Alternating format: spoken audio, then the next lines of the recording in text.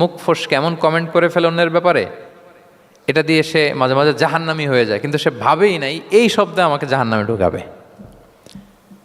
কারণ এই মুখ দিয়ে যা বেরোয় এটা বলতে অনেক সাবধানে। রাসূল ইসলাম বলেছেন, দুইটা অঙ্গের গ্যারান্টি যদি কেউ আমাকে দেয়, আমি তাকে জান্নাতের গ্যারান্টি দেই। মাই আদমান লি মা বাইনা লিহিয়াইহি ও মা বাইনা রিজিলাইহি আদমান লাহুল জান্নাহ। দুই অঙ্গের গ্যারান্টি যে দেয় তাকে আমি জান্নাতের গ্যারান্টি দেয়। এক হচ্ছে দুই চোয়ালের মাঝখানে যা আছে, মানে জিব্বা, এই জিব্বার গ্যারান্টি যদি দেয়। আরেকটা হচ্ছে দুই পায়ের মাঝখানে যা আছে, মানে মানুষের প্রাইভেট। এই দুইটা অঙ্গের গ্যারান্টি যদি কেউ দেয় যে এই দুই অঙ্গ দিয়ে আমি কোনো পাপ কাজ সংগঠিত করব না, বিশ্বনবী সাল্লাল্লাহু আলাইহি ওয়াসাল্লাম বলেন, আমি আমার ওই উম্মতকে জান্নাতের গ্যারান্টি দেই। তাহলে তুচ্ছ তাচ্ছিল্য ঠাট্টা বিদ্রুপ করা যাবে না।